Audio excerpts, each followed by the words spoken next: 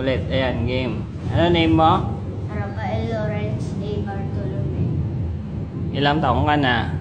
8 going to 9. Tapos, ano dati yung sakit mo? Ubo, kag-asma. Tapos, ano yung ininom mo para matanggal yung ubo mo tsaka asma? Buwamera. Kada gabi gina-asma rin ko kay malapit gid pero aircon kakon. Then, sige, tuloy mo lang. Pero bintana di karabanda kakon pero aircon di karon sa bintana sa sige banda ni kara. Tapos sina ay angan-angan kada sulod ni Papa ginapasintro ginana ro electric pan kagro aircon kakon dugang pa idlamig halin sa ano sa bintana. Ay ginaasma rin ako sina.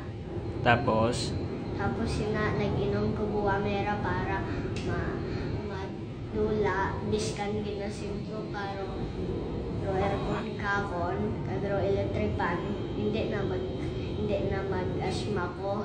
wala na yung asma mo. Wala naman ka ubo. Wala na rin yung ubo.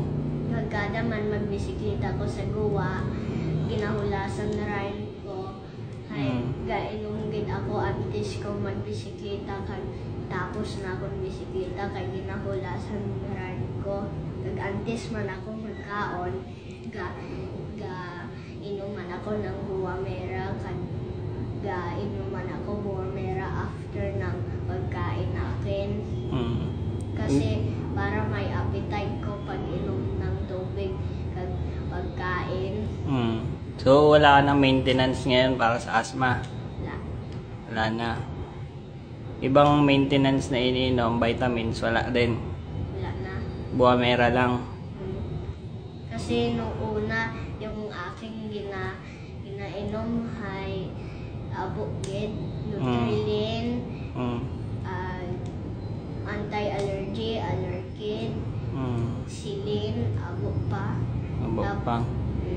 Makaron hay buwamera kag tablitas na lang ako ginainom. 3 na lang sanda. Atong tablitas ginabutang ko sa tinapay ginahimo kong turon ginakaon ko ay powder abi ang sulod. Tapos inuman ako and tablitas nga anti-allergy hay para ginakaon ko tapos ginapasundan ko tubig. Tsaka buwamera?